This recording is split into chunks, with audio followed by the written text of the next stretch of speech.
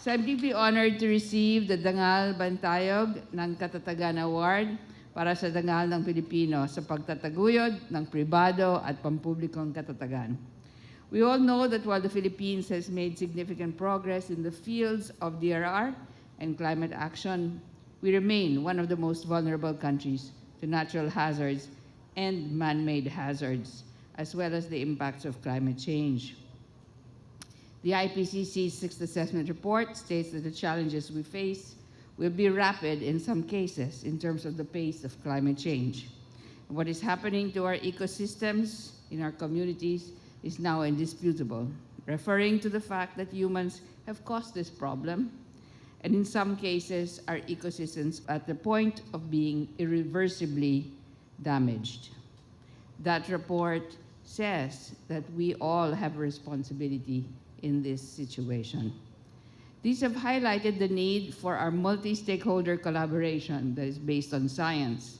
And in this context, the strategic collaboration among NDRMC members, as well as other sectors, will be even more critical as we transform towards adaptive and inclusive governance and resilient communities. Our course of action must be unified, and this can only be done by understanding the interdependence between our social, engineered, and natural systems.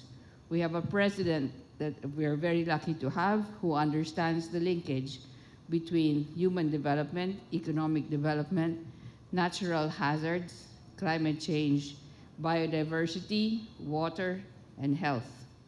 This interdependence has given rise to multiple and dynamic complexities, and we need to constantly balance our evidence-informed decisions, policies, and our actions. Leadership and governance is an integral part of resilience in building a system and a network of decisions that lead to specific outcomes and impacts that we would all like to achieve. The NDRMC and its members have a challenging task, but I am optimistic that together we can make a lasting impact on our communities. The DENR is committed to supporting everyone in implementing informed and inclusive action and facilitating investments for climate and disaster resilience through multi-stakeholder partnerships. These partnerships have a vital role in playing and accelerating an integrated, inclusive, and transformative resilience agenda. Before I close, let me just say that this award doesn't belong to me. It belongs to the many men and women who actually have worked on DRR in all over these years. I'd like to cite just a few, one of whom is not here and is gone ahead of us. Ambassador Roberto R. Romulo, who actually was inspired enough to get the private sector to work with the government. Mr. Hans T.C. for his vision, his exemplary leadership, and his sincerity and generosity in leading the private sector. Vice Admiral Alex Pama, for bringing together during his term as CDA, the private sector and the government. Malu Ernie, who is somewhere here, who's now USEC with us, for bringing the private sector through the PDRF to the table in working together with government.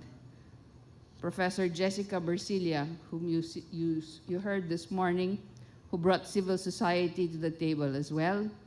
And lastly, but not least of all, Dr. Emma Porio, whose work in understanding human vulnerability and the intersections between social and physical geographies that generate disaster risk, but can also reduce and mitigate disaster risk, is pioneering. So to all those individuals, this award actually really all belongs to you. Thank you very much.